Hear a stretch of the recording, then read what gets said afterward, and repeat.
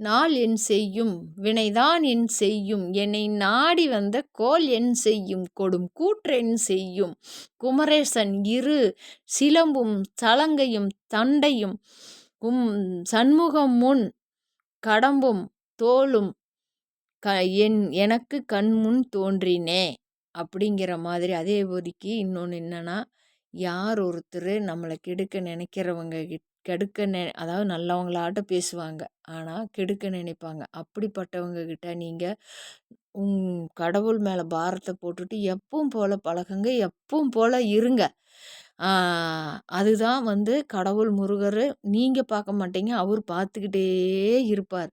பார்த்துக்கிட்டே என்னடா இவன் அப்படின்னு சொல்லி பார்த்துட்டு அவங்களுக்கு உங்கள் கண்ணு முன்னவே உங்கள் காது படவே உங்களை என்ன செஞ்சா நினைக்கிறாங்களோ அது அவங்க அனுபவிச்சுட்டு போயிடுவாங்க. முருகர் அதை செஞ்சிருவார்.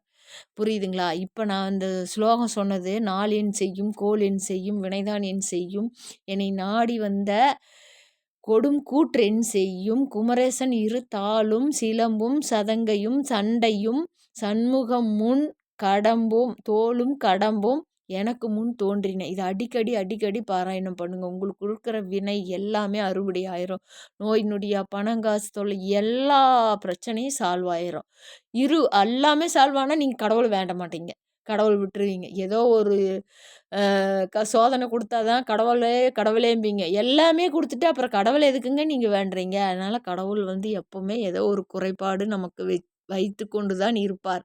ஆனால் ரொம்ப கஷ்டத்தை கொடுக்க மாட்டார். கொடுத்தாலும் அதற்குண்டான பலாபலங்களை நமக்கு தந்து விடுவார். இது உண்மை, முற்றிலும் உண்மை. நீங்கள் முருகருக்கு கந்த சஷ்டி விரதம் கண்டிப்பாக அது ஒரு மிகப்பெரிய பொக்கிஷம். கடன் இருக்கா, குழந்தை இல்லையா, வீடு கட்டணுமா, உங்களுக்கு என்ன பிரச்சனை இருந்தாலுமே அதைய நீங்கள் கந்த சஷ்டி விரதத்தப்ப 3 வேளையும் நீங்கள் சாப்பிட வேண்டாம்.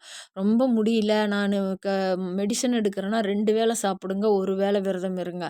கடவுள் நீ அளவு குத்தி நீ ரொம்ப கொடுமையாக, அதாவது ரொம்ப கடுமையாக விரதம் இருந்து எனக்கு செஞ்சாதான் நான் உனக்கு செய்வேன்னு கடவுள் சொல்லலை. நம்ம மனதை அவர்கிட்ட கொடுக்குறோம். அதனால் உங்களால் ஒரு வேளையாவது விரதம் இருந்து அவருடைய கந்த சஷ்டி கவசத்தை பாராயணம் பண்ணுங்க, கேளுங்க, படிங்க. எந்த சிந்தனையுமே விட்டுடுங்க. கண்டதை பற்றி யோசிக்கிறத பேசுகிறத எந்த சிந்தனையும் வேண்டாம். அடிக்கடி கந்த சஷ்டி கவசத்தை வீட்டில் போட்டு கேட்டுக்கிட்டே இருங்க. நீங்கள் என்ன வேண்டுறீங்களோ அந்த 7 நாள் விரதம் முடிஞ்சு அடுத்ததே கந்த சஷ்டி வரங்காட்டி நீங்கள் நினச்சி வேண்டுறத சொடக்கூடங்காட்டி முருகர் நடத்தி கொடுப்பார்.